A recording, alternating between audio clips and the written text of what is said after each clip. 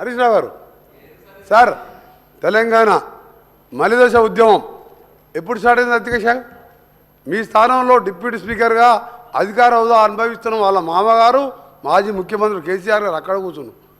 41 మంది తెలంగాణ శాసనసభ్యులం, చిన్నారెడ్డి గారు, జానారెడ్డి గారు, ఉత్తమ్ కుమార్, మేము అందరం పోయి మా సోనియా గాంధీని ఒప్పించి మాకు తెలంగాణ రాష్ట్రం కావాలని ఆ రోజు ప్రణబ్ కుమార్ కమిటీ వేయించి తెలంగాణ ఉద్యమానికి కారకులం కాంగ్రెస్ పార్టీ మేము.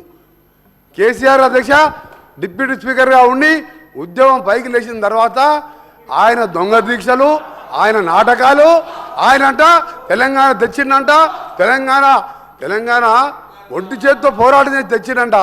హరీష్ రావు గారు పెట్రోల్ దొరుకుతుంది కానీ నీకు అగ్గిపెట్ట దొరకదు. మా శ్రీకాంతాచారి చంపినావు. ఇవాళ తెలంగాణ తెచ్చింది సకల జనులు, ఉద్యోగులు. ఇవాళ కాంగ్రెస్ పార్టీ సోనియా గాంధీ 25 స్థానాలున్న పార్లమెంట్ ఆంధ్రప్రదేశ్లో పార్టీ పోయినా సరే మా పిల్లలు చావద్దు, 6 దశాబ్దాల కోరిక నెరవేరుస్తా అని చెప్పిన దేవతారి అక్కడ కేసీఆర్ గారు కూర్చొని అన్నదా లేదా? అన్నది కేసీఆర్ గారు. మీ మామ ఇప్పుడే ఓటు, ఇప్పుడే సార్ ఇప్పుడే ఓటు అయినా కేసీఆర్ గారు తెలంగాణ ఇచ్చినట.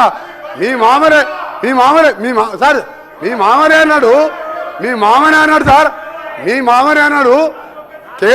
ఎవరు ఒప్పుకున్నా లేకపోయినా సోనియా గాంధీ చేపట్టే తెలంగాణ వచ్చింది అన్నాడా లేదా? ఆ స్థానంలో కూర్చొని ఇలా ఏం మాట్లాడుతున్నారు? మీరు మాట్లాడే ముందు ఆలోచించుకొని మాట్లాడాలి. కాంగ్రెస్ పార్టీ పుణ్యమాని తెలంగాణ వచ్చింది, మీ మామ ఒప్పుకుంటు దేవత అని నువ్వు ఆ మాట చెప్తావా? కేసీఆర్కు తెలంగాణకు సంబంధమే లేదు.